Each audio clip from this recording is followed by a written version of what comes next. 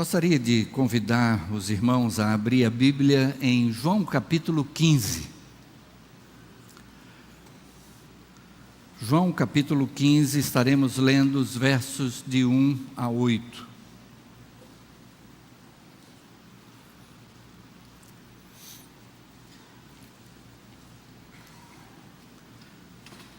João 15, de 1 a 8.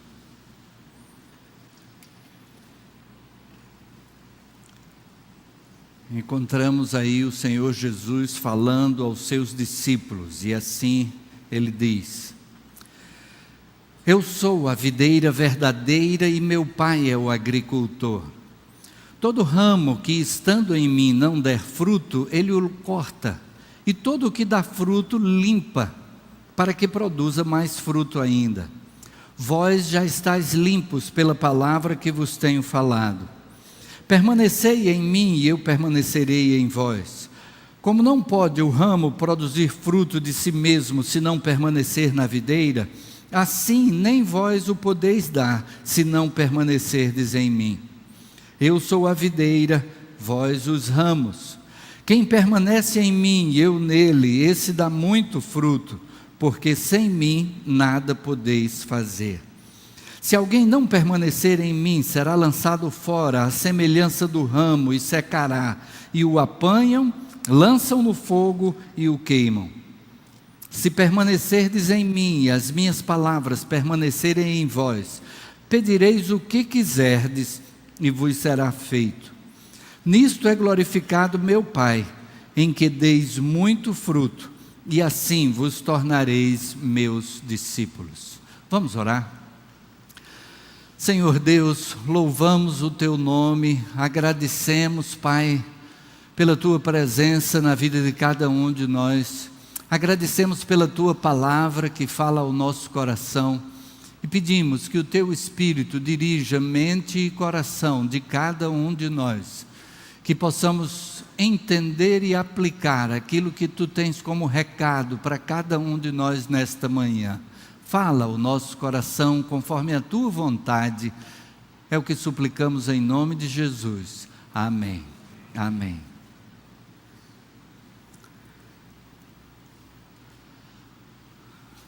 Nós vivemos num mundo que valoriza a autossuficiência. Nós vivemos num mundo que valoriza a independência. Um mundo que chega ao ponto de achar que a insubordinação é algo positivo. E que até a arrogância é algo que vem a fazer parte da vida de muitos que acham que desta forma estão fazendo o melhor. Nós estamos numa série que está aí na tela, Diferentemente. Ela está baseada no texto de 1 Coríntios capítulo 2, quando o apóstolo Paulo diz: nós temos a mente de Cristo. E ele começa com um mas nós temos a mente de Cristo. E então há um contraponto, há uma diferença naquilo que as pessoas normalmente vivem e até enaltecem, valorizam, e aquilo que o Senhor Jesus nos ensina. E o apóstolo Paulo faz um resumo bastante claro do que foi a missão de Jesus e de como essa missão se contrapõe a estas coisas que estamos comentando, que são consideradas normais, naturais nos dias de hoje. Em Filipenses capítulo 2, versículos de 5 a 8, o apóstolo Paulo então apresenta qual a atitude de Jesus Cristo. E ele diz: seja a atitude de vocês a mesma de Cristo Jesus, que embora sendo Deus, não considerou que o ser igual a Deus era algo a que devia apegar-se, mas esvaziou-se a si mesmo, vindo a ser servo, tornando-se semelhante aos homens, e sendo encontrado em forma humana, humilhou-se a si mesmo, e foi obediente até a morte, e morte de cruz. Nesse texto nós temos uma série de expressões que mostram essa atitude de Jesus. O texto utiliza a expressão esvaziou-se, se fez servo, semelhante aos homens, igualou-se a cada um de nós, humilhou-se, foi obediente, e obediente até a morte e morte de cruz. Cristo nos dá esse exemplo. Hoje estamos celebrando o dia do pastor e a missão do pastor, a maior lição é procurarmos ser iguais a Cristo, sermos semelhantes a Cristo. O autor aos Hebreus diz que nós precisamos correr a carreira que nos está proposta, olhando para Jesus, autor e consumador da nossa fé. No texto que nós lemos no Evangelho de João, capítulo 15,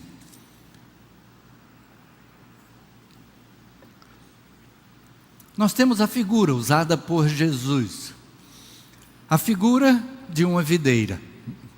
E ele diz que o Pai é o agricultor, é o responsável final por tudo, Cristo é a própria videira, Ele, portanto, é a fonte para tudo de que os ramos necessitam.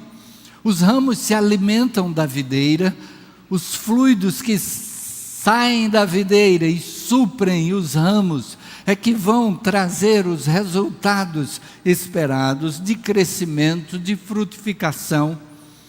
Cristo é a fonte de tudo e nós somos esses ramos. E os ramos dependem em tudo da videira. Os ramos dependem de que a videira possa lhes fornecer o que é necessário. O próprio Jesus disse que tudo aquilo que ele fazia é porque recebeu do Pai. Tudo que ele ensinava é porque o Pai lhe tinha dito. O que é que o agricultor espera então da videira? Bem, ele espera que os ramos possam dar frutos. O que são os frutos esperados desses ramos que somos nós? São frutos das nossas atitudes. E aí nós temos o apóstolo Paulo nos ensinando de que o Espírito produz fruto em nós. E qual é o fruto do Espírito?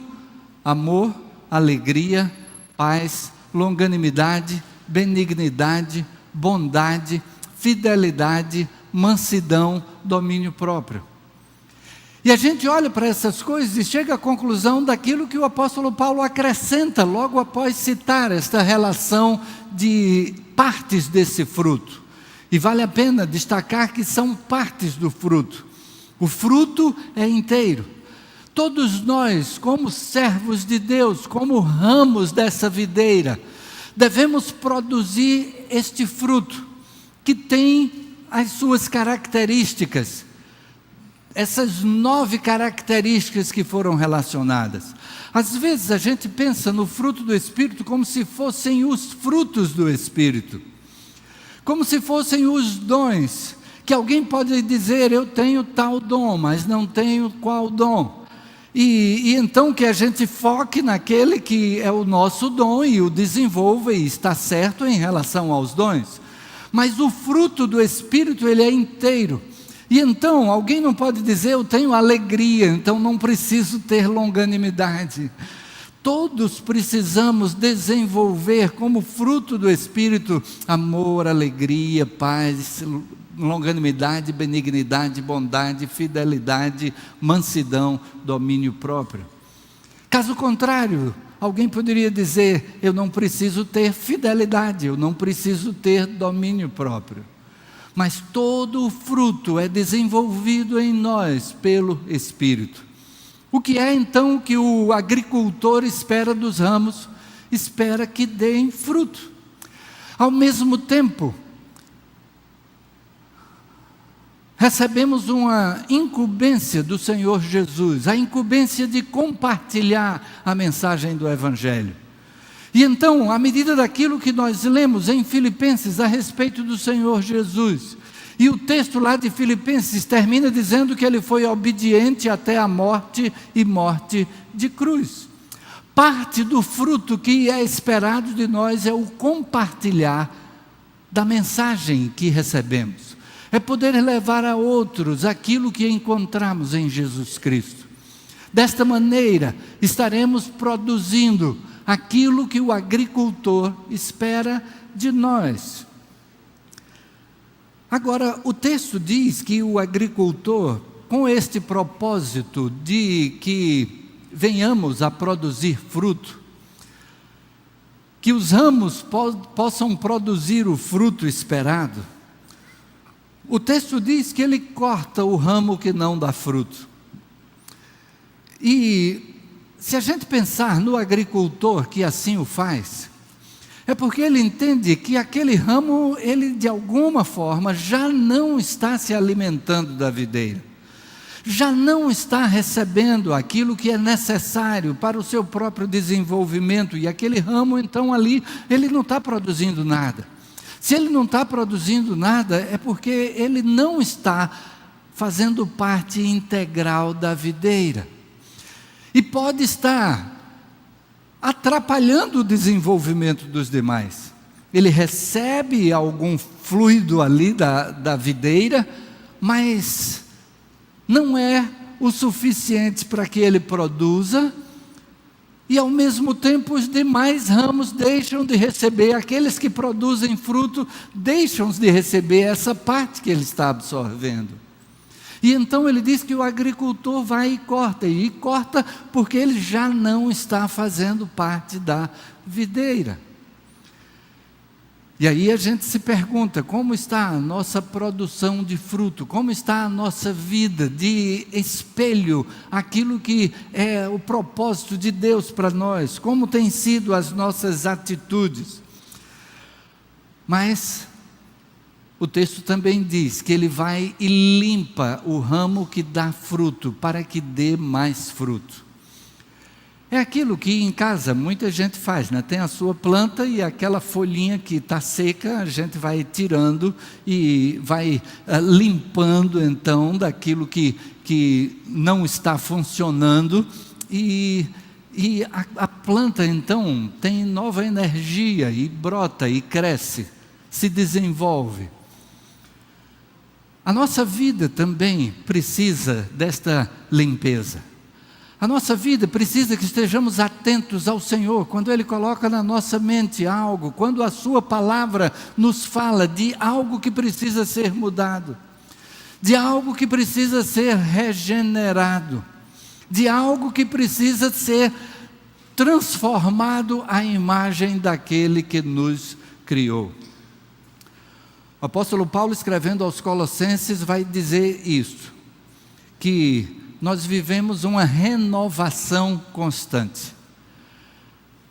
Ele diz que nós tiramos as vestes antigas, do tempo em que não tínhamos a Jesus como Senhor, e fomos revestidos do novo homem que se renova para o pleno conhecimento, segundo a imagem daquele que o criou. Então, se somos servos de Jesus Cristo, precisamos estar nos renovando a cada dia podendo dar um passo a mais, podendo ter uma decisão a mais, de aplicar na nossa vida aquilo que o Senhor Jesus tem falado ao nosso coração. E Ele fala através da sua palavra, por isso que no texto o Senhor Jesus vai dizer: vós já estáis limpos pela palavra que vos tenho falado. Por isso que precisamos nos alimentar da palavra todos os dias, para que sejamos frutos, ramos que produzem frutos, precisamos estar nos alimentando da palavra. E cada momento em que lemos a palavra, nós confirmamos aquilo que está lá também do escritor aos Hebreus, quando ele diz que a palavra de Deus é viva e eficaz, penetrante como espada de dois gumes, penetra até a divisão da alma e do espírito e é apta para discernir os pensamentos e as intenções do coração. A palavra de Deus vai onde ninguém conhece. De repente posso eu estar falando aqui e você está ouvindo de Deus uma coisa que eu não sei o que é, mas que chega até onde é necessário. Alguém está aqui cantando algo que é extraído da palavra de Deus e aquela mensagem chega ao nosso coração, nos alertando a respeito desses pensamentos e intenções do coração. E que nós precisamos estar nos renovando a cada dia. Por isso, o que é que o texto diz que é essa nossa parte? O texto vai dizer, em primeiro lugar, que é preciso permanecer em Cristo e na sua palavra. Vale notar quantas vezes nesse texto está a palavra permanecer. E ver que não foi à toa que o apóstolo João registrou essas palavras de Jesus. Porque nós precisamos permanecer nele. O Salmo 1 vai dizer dessa importância de permanecer. Ele vai dizer que aquele que é bem-sucedido na vida, ele tem como prioridade a lei do Senhor. Ele diz: bem-aventurado o varão que não anda segundo o conselho dos ímpios, não se detém no caminho dos pecadores, nem se assenta na roda dos escarnecedores. Antes, o seu prazer está na lei do Senhor, e na sua lei medita de dia e de noite. É o permanecer que o apóstolo João está mencionando ali. Não apenas lê a palavra, pronto, cumpri minha obrigação, fecha a Bíblia e então vai para a vida, para aquilo que vem na cabeça, mas aquilo que serviu de alimento para o nosso espírito, possa estar tendo meditação. E na hora de uma decisão, podermos avaliar aquela decisão à luz da palavra de Deus, à luz daquilo que aprendemos com Ele na sua palavra.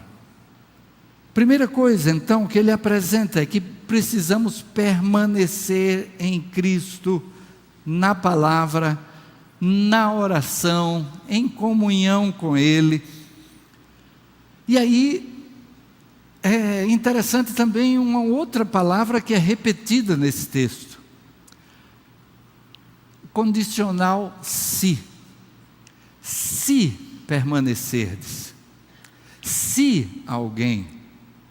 A gente está falando aqui de dependência, mas a nossa dependência de Deus tem um fator que está na nossa mão. É por isso que aí aparece o se. Porque nós precisamos tomar a iniciativa de ter essa dependência, de meditar na palavra de dia e de noite. E então, o apóstolo João apresenta aí diversas vezes esse se alguém não permanecer em mim, será lançado fora à semelhança do ramo, e secará, e o apanham, lançam no fogo e o queimam. Se permanecerdes em mim, e as minhas palavras permanecerem em vós. Esse se nos traz aquilo que cabe a nós, a nossa iniciativa, nossa responsabilidade humana, a nossa responsabilidade de colocar em prática aquilo que aprendemos na palavra. A gente não funciona no piloto automático. O seguir a Jesus Cristo não é no piloto automático. Lembro do tempo em que servi na Força Aérea. E ouvi os pilotos mencionarem sobre o voo em formação.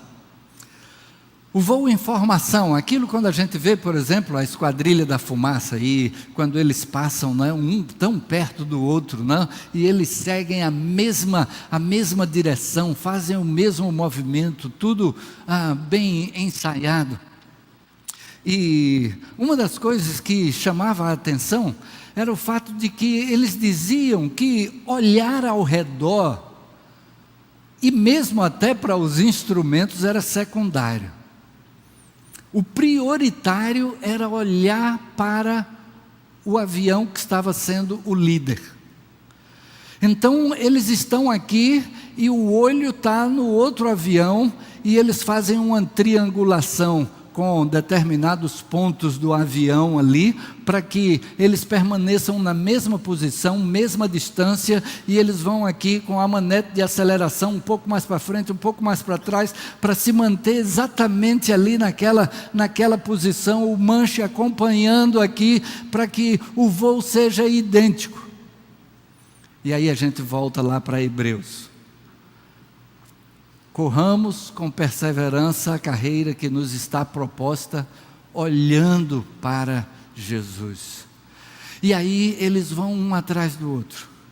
E às vezes acontece um acidente em que 2 aviões batem numa montanha. Muitas vezes esses exercícios são feitos em baixa altitude. E normalmente se diz, a culpa foi do líder. Porque o que vem atrás nem olha para o que está na frente, ele está olhando para o líder. Agora a gente tem um líder que não vai nos fazer bater na montanha. A dependência chega a esse ponto. Então, a gente tem essa dependência dele, mas não é no piloto automático. O piloto que vai ali como ala, ele fica olhando para o líder e ele tem que ter a disposição de seguir o líder. Assim cabe a nós. Esse se aplica-se a nós, no sentido de que precisamos ter essa mesma disposição de seguir a Jesus Cristo, de fazer aquilo que Ele nos recomenda na Sua palavra. E na certeza de que aquilo que Ele nos recomenda na Sua palavra é o que há de melhor para nós. É de podermos tirar o verdadeiro proveito da vida. Há tanta gente que tem uma ideia de que os crentes estão perdendo a vida, de que não estão tirando o proveito da vida, porque deixam de fazer algumas coisas que na cabeça deles parece ser tão importante. Só que mais adiante na vida essa pessoa olha para trás e diz: o que é que eu ganhei com isso? O que é que isso contribuiu para a minha vida? E muitas vezes essas coisas contribuíram, foi para a destruição da vida, para a destruição de relacionamentos, porque aquilo que Deus tem para nós é o melhor, a maneira de Deus é o melhor. Temos este contraponto em relação aos nossos tempos, as pessoas que nos rodeiam, o contraponto de fazer o que todo mundo faz, ou de fazer o exemplo que a palavra de Deus nos traz, o exemplo de Jesus Cristo. E aí é quando precisamos ter diferentemente, uma mente diferente, a mente de Cristo. E de não vivermos na autossuficiência, mas na dependência de Deus. E aí o Senhor Jesus vai dizer: sem mim nada podeis fazer. É onde entra aí esse equilíbrio entre o que nós temos como responsabilidade naquele si e a ação de Deus, à medida que nos colocamos voluntariamente à sua disposição. Deus tem todo o poder. Ele poderia ter nos criado de tal maneira que fizéssemos tudo aquilo que é a sua vontade. Estaríamos funcionando como robôs, como autômatos. Tudo que fizéssemos já estaria programado. E aí nós faríamos tudo bem certinho. Mas Deus nos dá a opção de querer fazer a sua vontade. Ele abre em nós a possibilidade de decisão. Eu vou fazer a vontade de Deus ou não? E aí é onde entra aquele si. Mas no momento que a gente responde afirmativamente a este convite do Senhor Jesus, aí Ele vem e opera em nós. Ele vem e realiza a sua vontade. Ele vem e multiplica o alcance daquilo que a gente se dispõe a fazer. Sem mim, nada podeis fazer. O apóstolo Paulo também experimentou esta verdade, e em Filipenses capítulo 2, versículo 13, ele diz: porque Deus é quem efetua em vós, tanto o querer como o realizar, segundo a sua boa vontade. Paulo era alguém que era extremamente autossuficiente. Ele fazia e acontecia no tempo do judaísmo, antes dele ter um encontro com Jesus Cristo. Ele achava que estava fazendo certo e seguia do jeito que queria. Mas agora ele dá o testemunho de que depois que ele teve um encontro com Cristo, depois que ele respondeu àquele sim, então ele entendeu que é Deus que opera em vós, tanto o querer como o realizar, segundo a sua boa vontade. Quero concluir lembrando do Salmo 23. O Salmo 23 é bem conhecido, pode-se dizer, de todo mundo. Quando a gente fala no Salmo 23, todo mundo conhece alguma coisa. E o Salmo diz: o Senhor é o meu pastor e nada me faltará. Aí está uma figura que o salmista então apresenta.